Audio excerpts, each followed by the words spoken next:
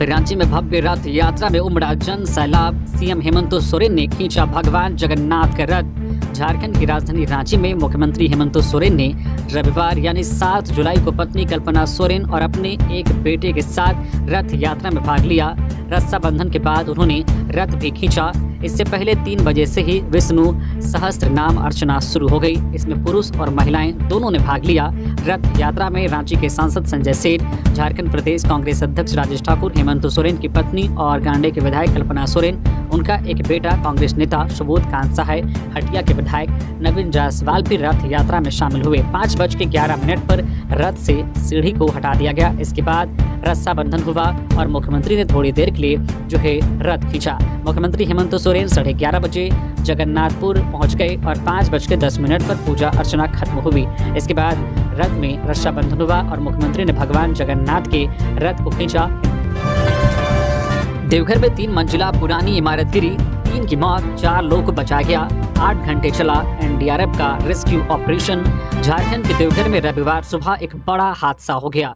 शहर के सीता होटल के पास 3 मंजिला मकान सुबह 5 बजे के करीब भरभरा कर गिर गया। इस हादसे में 3 लोगों की मौत हो गई है, वहीं 4 लोगों को सुरक्षित बाहर निकाल लिया गया है। घटना की सूचना मिलने के बाद एनडीआरएफ की टीम मौके पर पहुंची और रेस्क्यू ऑपरेशन में जुट गई। 8 घंटे की रेस्क्यू ऑपरेशन के बाद टीम ने 4 लोगों को सुरक्षित निकाल लिया, जिसमें 3 बच्चे शामिल हैं। इसमें दिनेश वर्णवाल, मुन्नी वर्णवाल, सत्यम और अनुपमा देवी घायल है, जिनका इलाज सदर अस्पताल में चल रहा है। वहीं मृतकों की पहचान मनीष दत्त 50 वर्षीय, सुनील यादव 35 वर्षीय और सुनील यादव की पत्नी सोनी देवी 28 वर्षीय के रूप में की गई है। आपको बता दें कि देवघर में 22 जुलाई से श्रावणी मेला शुरू होने वाला है। ऐसे में क्षेत्र के लोग इसकी तैयारी में जुटे हुए हैं। मकान मालिक सीताकांत झा अपने मकान के ग्राउंड फ्लोर में होटल खोलना चाह रहे थे, इसलिए मकान का रेनोवेशन करा रहे थे। मकान में शनिवार से ही काम लगा था। इससे लेकर दीवार और पिलर को तोड़ा गया था। वही क्षेत्र में लगातार हुई बारिश की वजह से नमी हो गई। ऐसे में रेनोवेशन के दौरान मकान पुराना होने की वजह से संभल नहीं सका और रविवार सुबह एकदम से जमीन दोज हो गया, जिसमें 7 लोग दब गए, जिसमें से 3 की मौत हो गई और 4 को सुरक्षित निकाल लिया गया। देवघर मकान हादसे के मृतकों के परिजनों को 1-1 लाख रुपए सांसद निशिकांत दुबे ने की घोषणा। देवघर में 3 मंजिला मकान गिरने से 3 लोगों की मौत हो गई और 4 लोग घायल हैं। क्षेत्र के सांसद निशिकांत दुबे ने मृतकों के लिए 1-1 लाख रुपए की राशि दुर्घटना राहत कोष से दी जाएगी, इसकी घोषणा की है। निशिकांत दुबे ने सोशल मीडिया एक्स पर जानकारी दी है कि रविवार सुबह देवघर में हुए मकान दुर्घटना में मृतकों को 1-1 लाख रुपए की राशि दुर्घटना राहत कोष से दी जाएगी। आपको बता दें कि देवघर में रविवार सुबह बड़ा हादसा हो गया। सीता होटल के पास 3 मंजिला इमारत गिर गई। इस हादसे में 4 लोग की मौत हो गई, वहीं 3 लोग को सुरक्षित निकाल लिया गया है। झारखंड में आज हेमंत सोरेन सरकार का फ्लोर टेस्ट और आज ही होगा कैबिनेट विस्तार। झारखंड में हेमंत सोरेन कैबिनेट का विस्तार भी आज सोमवार को ही होगा। मंत्रिमंडल में शामिल होने वाले विधायकों का शपथ ग्रहण समारोह राजभवन के बिरसा मंडप में होगा। कैबिनेट विस्तार आज सोमवार को दोपहर 3:30 बजे किया जाएगा। इससे पहले इसी दिन यानी आज सोमवार को ही हेमंत सोरेन को बहुमत भी साबित करना है। झारखंड में जेएमएम, कांग्रेस और आरजेडी कोटे से मंत्री बनाए जाने की संभावना है। इससे पहले मंत्रिमंडल विस्तार की तारीख 9 जुलाई रखी गई थी, लेकिन अब फ्लोर टेस्ट वाले दिन यानी आज ही सोरेन सरकार की मंत्रिमंडल का विस्तार भी किया जाएगा। झारखंड में हेमंत सोरेन मंत्रिमंडल विस्तार से पहले नई सरकार का विश्वास मत परीक्षण आज 8 जुलाई को विधानसभा के पटल पर होगा। रांची के पूर्व पार्षद को अपराधियों ने मारी गोली, स्थिति गंभीर। राजधानी रांची में पूर्व पार्षद को अपराधियों ने गोली मार दी है, जिसके बाद उन्हें गंभीर हालत में अस्पताल में भर्ती कराया गया है। धुरवा थाना क्षेत्र में अपराधियों ने ये दुस्साहस की है। अपराधियों ने पूर्व पार्षद वेद सिंह को सरेआम गोली मार दी। वेद सिंह पर अपराधियों ने उस वक्त हमला किया जब वे रविवार की शाम धुरवा बस स्टैंड के पास स्थित एक चाय दुकान में बैठे हुए थे। इसी दौरान 3 हमलावर मौके पर पहुंची और ताबड़तोड़ गोलियां चलाना शुरू कर दिया। अपराधियों के द्वारा की गई गोलीबारी में वेद सिंह को 3 गोली लगने की सूचना है। स्थानीय लोगों के द्वारा वेद सिंह को नजदीकी अस्पताल में भर्ती करवाया गया है, जहां उनकी स्थिति गंभीर बनी हुई है। गोलीबारी के समय चाय दुकान में भगदड़ मच गई। इसी क्रम में गोली मारने वाले अपराधी का पिस्टल भी मौके पर गिर गया। मौके पर पहुंची पुलिस ने पिस्टल को जब्त कर लिया है। वेद सिंह धुरवा के जाने माने व्यक्ति हैं। वह हर रोज शाम के समय बस स्टैंड स्थित चाय दुकान पर आकर बैठा करते थे। वही दूसरी तरफ मामले की जानकारी मिलने के बाद हटिया डीएसपी सहित कई पुलिस अफसर अपराधियों के धरपकड़ के लिए प्रयास कर रहे हैं। पूरे शहर की नाकाबंदी कर सघन चेकिंग अभियान चलाया जा रहा है। हटिया डीएसपी प्रमोद मिश्रा ने बताया कि घायल वेद सिंह का इलाज चल रहा है। फायरिंग में शामिल अपराधी की गिरफ्तारी के लिए प्रयास किया जा रहा है। रांची के मोरहाबादी मैदान में सहायक पुलिस कर्मियों का धरना छठे दिन भी जारी। रांची के मोरहाबादी मैदान में 2300 सहायक पुलिसकर्मी अपनी विभिन्न मांगों को लेकर छठे दिन रविवार को भी अनिश्चितकालीन धरने पर रहे। वे लोग धरना स्थल पर डटे हुए हैं। बारिश होने की वजह से कई जिलों से आए सहायक पुलिसकर्मियों ने अपने रहने के लिए टेंट बना लिए हैं। इससे पहले 2 दिनों तक सहायक पुलिसकर्मियों ने काला बिल्ला लगाकर विरोध किया। 1 जुलाई को जिले के सहायक पुलिसकर्मी सामूहिक अवकाश पर रहे। फिर मंगलवार 2 जुलाई से रांची में अनिश्चितकालीन धरना शुरू कर दिया है। इससे पहले 20 जून को सहायक पुलिसकर्मियों ने गृह विभाग, मंत्रियों, कई पुलिस अधिकारियों को अपनी मांगों को पूरा करने के लिए ज्ञापन दिया था। इसमें पुलिसकर्मियों की ओर से 1 जुलाई तक का अल्टीमेटम दिया गया था। कहा गया था कि यदि इनकी मांगे पूरी नहीं होती है तो 2 जुलाई से अनिश्चितकालीन धरना शुरू कर देंगे। उनकी मांग पूरी नहीं होगी तो उन लोगों ने अनिश्चितकालीन धरना शुरू कर दिया है। झारखंड सहायक पुलिस प्रदेश एसोसिएशन के सचिव विवेकानंद गुप्ता ने बताया कि 10 अगस्त को उनका अनुबंध समाप्त हो जाएगा। इसके बाद उनका अनुबंध रिन्यूअल होगा या नहीं यह भी क्लियर नहीं है। वही सहायक पुलिस कर्मियों का कहना है कि जब तक हमारी मांग नहीं मानी जाएगी हम लोग रांची में ही रहेंगे और धरने पर बैठे रहेंगे। झारखंड में पलामू से गुजर रहा मानसून टर्फ, जाने कैसा रहेगा आज का मौसम। मानसून टर्फ झारखंड के डाल्टनगंज से गुजर रहा है। दक्षिणी पश्चिमी उत्तर प्रदेश, राजस्थान और उससे सटे इलाकों में चक्रवातीय क्षेत्र बना हुआ है। इसका असर आने वाले दिनों में झारखंड में देखने को मिलेगा। आज का मौसम कैसा रहेगा, इसके बारे में भारत मौसम विज्ञान विभाग IMD के रांची स्थित मौसम केंद्र ने जानकारी दी है। मौसम केंद्र के प्रमुख अभिषेक आनंद ने बताया है कि आज यानी सोमवार और मंगलवार यानी कि 8 और 9 जुलाई को झारखंड में कहीं कहीं हल्के दर्जे की वर्षा हो सकती है। अगले 3 दिनों तक अधिकतम तापमान में धीरे धीरे 2 से 3 डिग्री की वृद्धि होगी। इसके बाद अगले 2 दिन तक अधिकतम तापमान में किसी बड़े बदलाव की संभावना नहीं दिख रही है। इधर उन्होंने बताया कि पिछले 24 घंटे के दौरान राज्य में कहीं कहीं गरज के साथ हल्की से मध्यम दर्जे की वर्षा हुई है। मौसम वैज्ञानिक ने कहा है कि इस दौरान मानसून की गतिविधियां प्रदेश में कमजोर रही। झारखंड सरकार ने 4 साल में कितनी सरकारी नौकरी दी, आंकड़ा मिल गया। झारखंड सरकार ने बीते 4 सालों में कुल 11,074 लोगों को सरकारी नौकरी दी है। साथ ही 59,000 से अधिक पदों पर नियुक्ति के लिए प्रक्रिया चल रही है। विभिन्न कारणों कई नियुक्तियों की प्रक्रिया समय समय पर बाधित भी होती रही है। इसी के साथ झारखंड कर्मचारी चयन आयोग पर नजर डाले तो अब तक सिर्फ 10,041 लोगों को नियुक्ति दी गई है। आयोग के अधीन 44,000 से अधिक पदों पर नियुक्ति प्रक्रिया में है। मिले आंकड़ों के मुताबिक JPSC ने 1,033 लोगों को नौकरी दी है। वही 16,000 से अधिक पदों पर बहाली की प्रक्रिया चल रही है। दूसरे शब्दों में कहें तो 4.5 साल में कुल 11,074 लोगों को मौजूदा सरकार ने नौकरी दी है। 59,000 से अधिक पदों पर नियुक्ति की प्रक्रिया जारी है। बता दें कि इनमें से कई की परीक्षा हो चुकी है, कई विभाग की परीक्षा अभी नहीं ली गई है। सबसे बड़ी परीक्षा JSSC CGL अभी तक नहीं हुई है। जनवरी में इसकी परीक्षा हुई भी तो पेपर लीक होने के कारण इस परीक्षा को कैंसिल कर देना पड़ा। बीजेपी को बड़ा झटका, कुणाल सांडगी ने पार्टी की प्राथमिक सदस्यता से दिया इस्तीफा। झारखंड बीजेपी के प्रदेश प्रवक्ता कुणाल सांडगी ने पार्टी की प्राथमिक सदस्यता से इस्तीफा दे दिया है। प्रदेश में विधानसभा चुनाव से ठीक पहले कुणाल सांडगी के इस्तीफे को बीजेपी के लिए बड़े झटके के तौर पर देखा जा रहा है। हालांकि कुणाल सांडगी का इस्तीफा अप्रत्याशित नहीं है, बल्कि लोकसभा चुनाव के पहले से ही उनके पार्टी छोड़ने की चर्चा थी। कहा जा रहा है कि कुणाल सांडगी पार्टी में अपनी भूमिका, सम्मान और मौकों को लेकर अलग थलग महसूस कर रहे थे। कुणाल सांडगी के वापस झारखंड मुक्ति मोर्चा में जाने की भी चर्चा थी, लेकिन उनका अगला राजनीतिक फैसला क्या होगा फिलहाल यह स्पष्ट नहीं है। प्रदेश बीजेपी अध्यक्ष बाबूलाल मरांडी को संबोधित करते हुए पत्र में कुणाल सांडगी ने लिखा है कि इस पत्र के माध्यम से मैं भारतीय जनता पार्टी की प्राथमिक सदस्यता से त्याग पत्र दे रहा हूं। यह निर्णय मैंने गहन चिंतन और आत्ममंथन के उपरांत लिया है। इरफान अंसारी आज लेंगे मंत्री पद की शपथ, मिल सकता है ये मंत्रालय। जामताड़ा से कांग्रेस पार्टी के विधायक इरफान अंसारी आज मंत्री पद की शपथ लेंगे। नई जो है हेमंत सरकार के मंत्रिमंडल विस्तार में एक नाम इरफान अंसारी का तय है। दरअसल 4 जुलाई को हेमंत सोरेन ने झारखंड की मौजूदा गठबंधन सरकार के कार्यकाल में दूसरी बार मुख्यमंत्री पद की शपथ ली। चंपई सोरेन के इस्तीफे से कैबिनेट भंग हो गई थी, इसलिए नए सिरे से मंत्रिमंडल का गठन होगा। इसमें इरफान अंसारी का नाम मंत्री के रूप में तय है।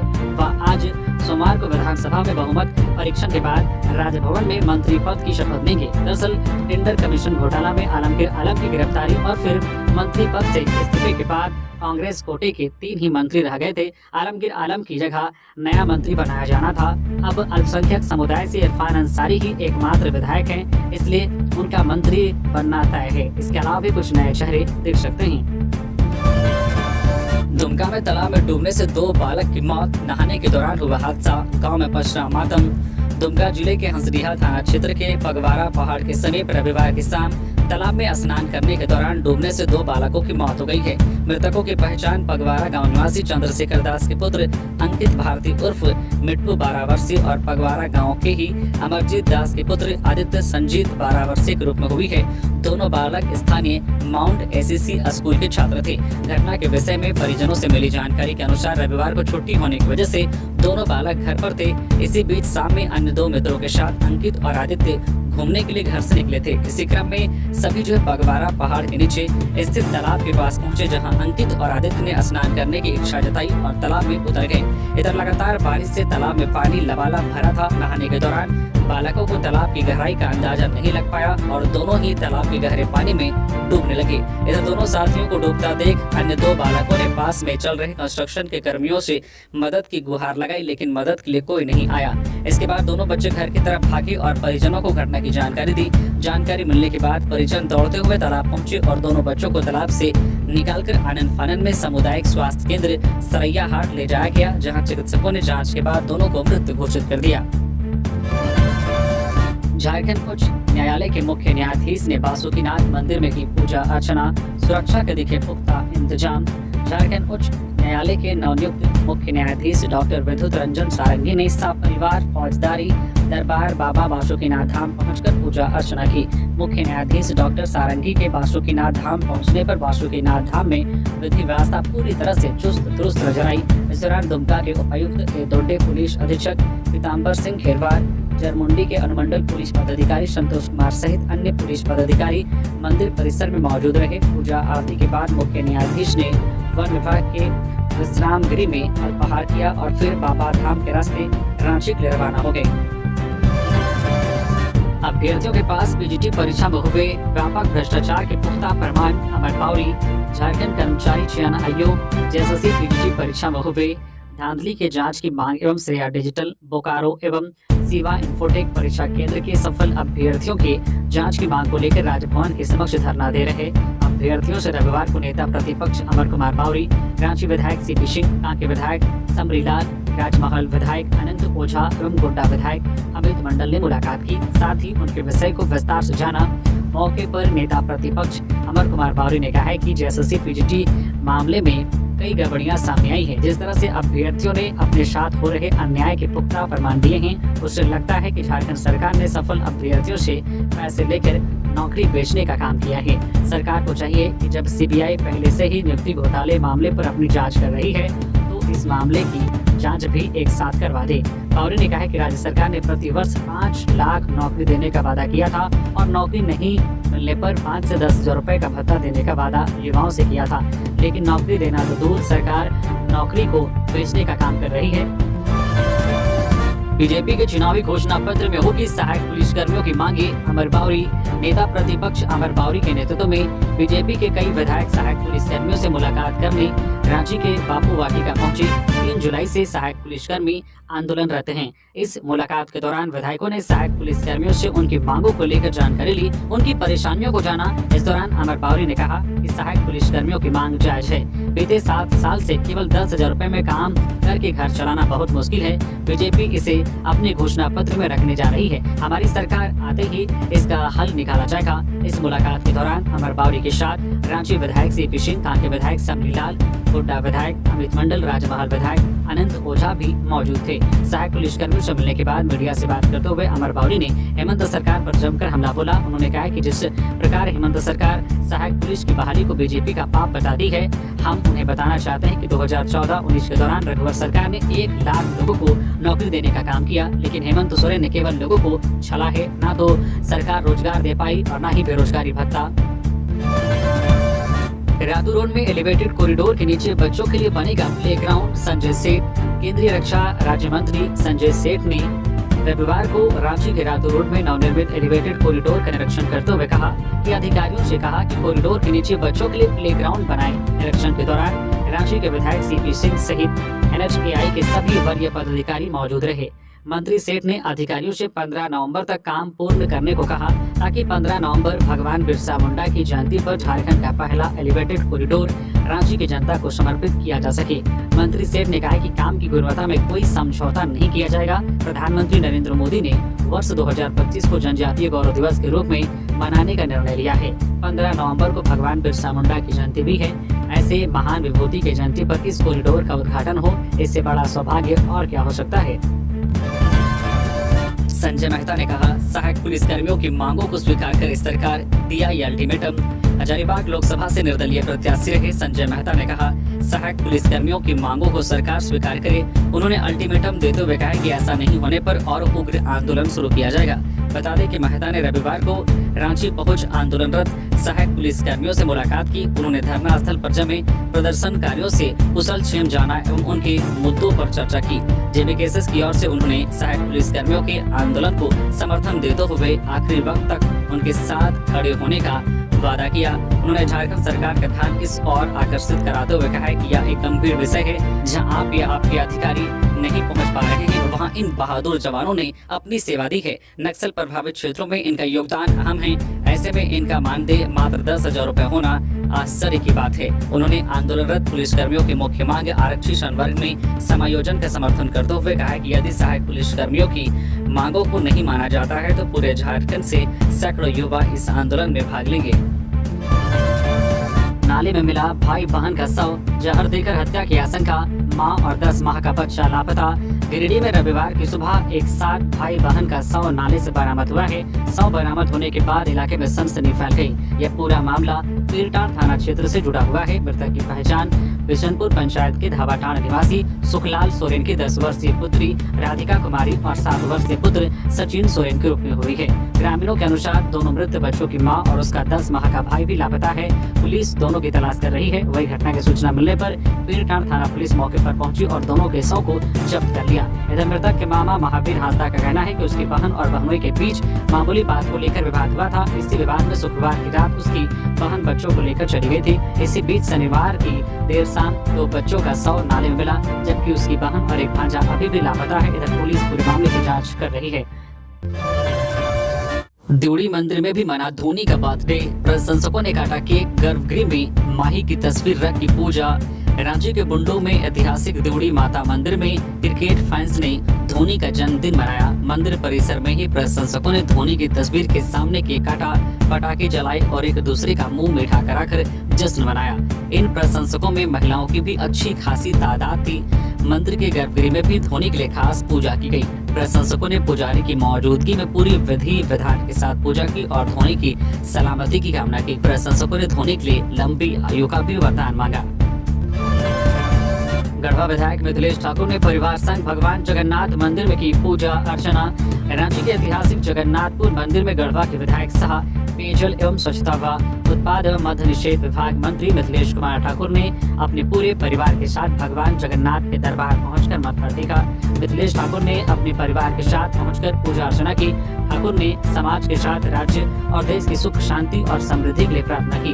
इस दौरान ठाकुर ने मेला की सुरक्षा व्यवस्था और प्रबंधन का भी जायजा लिया। रंगा बिल्ला सहित 6 गिरफ्तार, बच्चों से करवाते थे चोरी। राजधानी रांची में बच्चों का गैंग बनाकर चोरी की वारदातों को अंजाम दिलाने वाले गिरोह का खुलासा हुआ है। रांची SSP चंदन कुमार सिन्हा की अगुवाई में गिरोह के 6 सदस्यों को गिरफ्तार किया गया है, जिसमें से एक नाबालिग है। रांची के सीनियर SP चंदन कुमार सिन्हा ने बताया है कि 13 जून की रात टाटा सिल्वर स्थित मिश्रा कम्युनिकेशन नाम की मोबाइल दुकान में चोरी की वारदात को अंजाम दिया गया था। इस मामले में एक नाबालिग सहित कुल 6 लोगों को पकड़ा गया है। चोरी के मामले में नाबालिग को विरुद्ध भी किया गया है। गिरफ्तार अपराधियों के पास से आईफोन सहित 31 से ज्यादा महंगे मोबाइल सेट बरामद किए गए हैं, जो सभी चोरी के हैं। SSP ने बताया कि इस मामले में कुख्यात पवन कुमार उर्फ रंगा बिल्ला, सुंदर कुमार उर्फ गोलू, राजू कच्छप, गोविंद पंडित और चंदन गाड़ी को गिरफ्तार किया गया है। गिरफ्तार आरोपियों में चोरी के मोबाइल खरीदने वाला चंदन गाड़ी भी शामिल हैं। रांची एसएसपी ने बताया कि सीसीटीवी फुटेज निकलने पर यह जानकारी मिली कि चोरी को अंजाम देने के लिए इस बार भी कुछ नाबालिगों का इस्तेमाल किया गया था। इस गिरोह के द्वारा राजधानी रांची में और भी कई चोरी की घटनाओं को अंजाम दिया गया था और सभी वारदातों में चोरी के लिए नाबालिगों का इस्तेमाल किया गया था। संताल में लैंड जिहाद से आदिवासी संकट में, बांग्लादेशी घुसपैठ के खिलाफ आरसी जरूरी। निशिकांत दुबे। गोड्डा से बीजेपी सांसद निशिकांत दुबे ने कहा है कि संताल में लैंड जिहाद की वजह से आदिवासी आज संकट में आ गए हैं। सांसद ने कहा, बांग्लादेशी घुसपैठ के खिलाफ झारखंड में एनआरसी लागू किया जाना जरूरी हो गया है। कहा है कि यह राज्य के लिए एक बड़ा मुद्दा बन गया है। इस दिशा में राज्य सरकार की शीतलता और निष्क्रियता जग जाहिर है। कहा है कि अगर इस दिशा में आरंभिक चरण में सख्त कदम उठाए जाते तो स्थिति को नियंत्रित किया जा सकता था।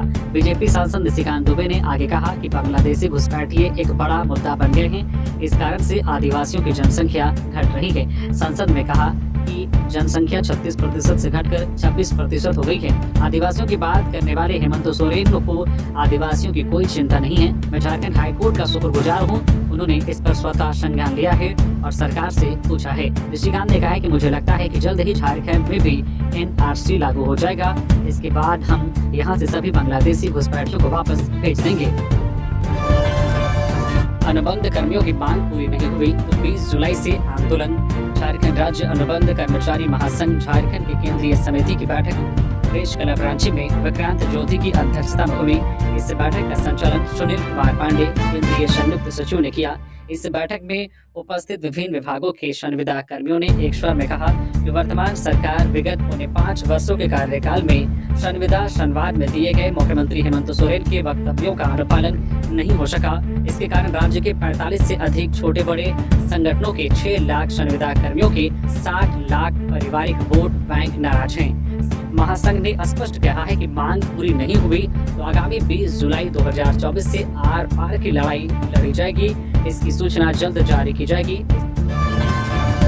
धनबाद के बलियापुर में जोड़िया में नहाने के दौरान दलदल में फंसने से 10 वर्षीय बच्चे की मौत। धनबाद के बलियापुर में दुधिया गांव स्थित जोड़िया में नहाने के दौरान 10 वर्षीय एक बच्चे की दलदल में फंसने से मौत हो गई। घटना के संबंध में बताया जा रहा है कि खिड़गाबाद के प्रताप सोरेन 10 वर्षीय नहाने के लिए जोड़ा गया था। इसी दौरान पानी के बीच दलदल में फंस गया, जिसकी सूचना पाकर स्थानीय लोग मौके पर पहुंचे। जोड़िया में काफी दलदल होने की वजह से मौके पर जेसीबी को बुलाकर बच्चे को बचाने की कोशिश की गई। करीब 1 घंटे की कड़ी मशक्कत के बाद बच्चे को बाहर निकाला गया, लेकिन तब तक बच्चे की मौत हो चुकी थी। घटना की सूचना स्थानीय पुलिस को दी गई। जब बच्चे के शव को देखकर परिजनों का रो रो कर बुरा हाल है। झारखंड विधानसभा में बहुमत परीक्षण के दौरान मौजूद रहेंगे ये अधिकारी, कैबिनेट सचिव ने दिए निर्देश। झारखंड विधानसभा में आज सोमवार को होने वाले बहुमत परीक्षण के दौरान संबंधित अधिकारियों को कैबिनेट सचिव की ओर से मौजूद रहने का निर्देश जारी किया गया है। कैबिनेट सचिव वंदना दादेल की ओर से जारी पत्र में बहुमत परीक्षण के दौरान सभी अपर मुख्य सचिव, सभी प्रधान सचिव, सभी सचिव, पुलिस महानिदेशक, सभी उपयुक्त विभाग अध्यक्ष, उपायुक्त रांची और वरीय पुलिस अधीक्षक रांची को मौजूद रहने के लिए कहा गया है। बता दें कि हेमंत सोरेन की सरकार का आज फ्लोर टेस्ट यानी बहुमत परीक्षण सोमवार को होना है। इसके लिए विधानसभा की कार्यवाही सुबह 11 बजे से शुरू हो जाएगी। रहें सावधान। लोहरदगा में बढ़े सर्पदंश के मामले। जुलाई में प्रतिदिन अस्पताल पहुंच रहे स्नेक बाइट के मरीज। लोहरदगा जिले में सर्पदंश के मामले में अचानक बढ़ोतरी हुई है। वर्ष 2024 में अब तक सर्पदंश से 5 लोगों की मौत हो चुकी है। वहीं पिछले माह जून में सर्पदंश के 38 मामले सामने आए थे। जुलाई में भी लगभग हर दिन सर्पदंश के मामले आ रहे हैं। इस कारण लोग सहमे हुए हैं। जून के महीने से सर्पदंश के मामलों में बढ़ोतरी का जो सिलसिला जारी हुआ था वह अब भी जारी है। हर दिन लोहरदगा सदर अस्पताल में 2 से 3 सर्पदंश के मामले पहुंच रहे हैं। ज्यादातर मामलों में देखा जाता है कि सांप के डसने के बाद लोग इलाज कराने के बजाय अंधविश्वास के चक्कर में झाड़ फूंक कराते हैं, जिसकी वजह से लोगों की मौत हो जाती है। वहीं कई बार सांप के डसने के बाद लोग डर के कारण अटैक से मर जाते हैं। लोहरदगा में विशेष रूप से 2 खतरनाक जहरीले सांप पाए जाते हैं, जिसमें कोबरा और करंट शामिल हैं। साल 2024 में कोबरा और करंट के काटने से कई मामले सामने आए हैं। महत्वपूर्ण बात यह है कि इस साल बरसात में ही नहीं बल्कि गर्मी में भी जो है सर्पदंश के मामले काफी अधिक सामने आए थे। ज्यादा जो है गर्मी पड़ने की वजह से धरती गर्म होने लगी और सांप बाहर आने लगे थे, जिसकी वजह से सर्पदंश के मामले बढ़ गए थे। रांची में गांजा तस्करी के 4 आरोपित गिरफ्तार, 10 किलो गांजा बरामद। राजधानी रांची की सुखदेव नगर थाना पुलिस ने गांजा तस्करी के 4 आरोपियों को गिरफ्तार किया है। इनके पास से 10 पैकेट में 10 किलो गांजा, 4 मोबाइल फोन और एक स्कूटी बरामद किया गया है। गिरफ्तार आरोपियों में बिहार के वैशाली निवासी अनुराग राव उर्फ अनुराग यादव, बिहार के पटना निवासी धीरज कुमार, तमाड़ निवासी जीत वाहन स्वांसी और अमित स्वांसी शामिल हैं। सभी सुखदेव नगर थाना क्षेत्र के चूना भट्टा चौक स्थित राजेश शर्मा के मकान में किराएदार के रूप में रह रहे थे। धनबाद में पिकअप वैन की ट्रक से टक्कर, एक की मौत। रविवार की सुबह तोपचांची थाना क्षेत्र के तोपचांची बाजार में तेज रफ्तार पिकअप वैन ने सड़क किनारे खड़े ट्रक को जोरदार टक्कर मार दी। दुर्घटना में 2 लोग गंभीर रूप से जख्मी हो गए, इसमें एक की मौत हो गई। प्राप्त जानकारी के अनुसार पिकअप वैन बंगाल से बिहार जा रही थी। तोपचांची बाजार स्थित नेशनल हाईवे किनारे खड़े ट्रक में जोरदार टक्कर मार दी। पिकअप वैन में सवार एक युवक की घटनास्थल पर ही मौत हो गई। वैन के चालक व उपचालक गंभीर रूप से जख्मी है। सूचना मिलते ही तोपचांची पुलिस घटनास्थल पर पहुंचकर गंभीर रूप से जख्मी दोनों युवकों को इलाज के लिए धनबाद स्थित SNMCH अस्पताल भेज दिया। पुलिस घटना में मृत युवक के शव को धनबाद पोस्टमार्टम के लिए भेज दिया है। रांची में हथियार के साथ बदमाश गिरफ्तार। राजधानी की मेकलू अस्कीगंज थाना पुलिस ने हथियार के साथ एक बदमाश को गिरफ्तार किया है। गिरफ्तार आरोपी का नाम शहजाद अंसारी उर्फ सोनू है। वह मेकलू अस्कीगंज थाना क्षेत्र के बाजार नाम आजाद नगर का रहने वाला है। इसके पास से एक अवैध देसी पिस्तौल, एक छोटी कैंची और 4040 रुपए बरामद